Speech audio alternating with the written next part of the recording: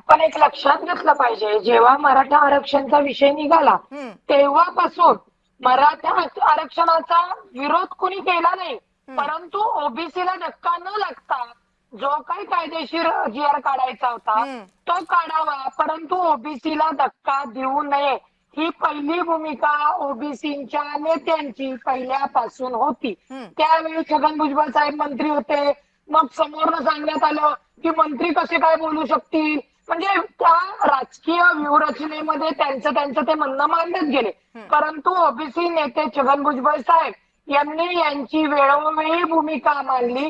सरकारमध्ये जरी मी असलो तरी मी माझ्या समाजासाठी पहिला आहे म्हणून त्यांनी राजीनामा पण मधल्या काळामध्ये ते मंत्रिपदावर नव्हते. मग त्यानंतर सुद्धा त्यांना हिणवण्यात आलं, डबल ढोलकी बोलण्यात आलं की बघा आता ते मंत्रिपदावर नाहीयेत.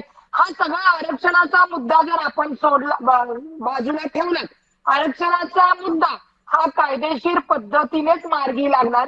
कुणी मागितलं म्हणून कोणाला मिळणार नाही आणि कोणी नाकारलं म्हणून नाकारलंही जाणार नाही.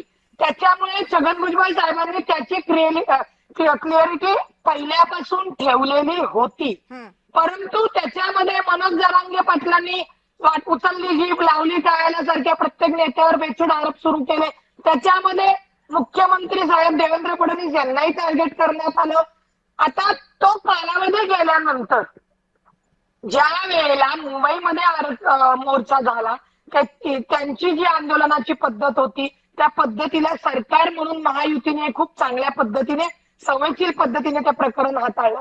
आता जो हैदराबाद गॅजेटचा विषय निघाला तो कायदेशीर का बेकायदेशीर लक्षात घ्या, सरकारने सांगितलं की कुणाच्याही ताटात दिलं जाणार नाही, म्हणून तोपर्यंत सर्व ओबीसी हे आपले की बाबा आपल्या आरक्षणाला धक्का न लागता जर कोणाला काही मिळत असेल तर त्याच्यामध्ये कोणाचंही दुमत नव्हतं.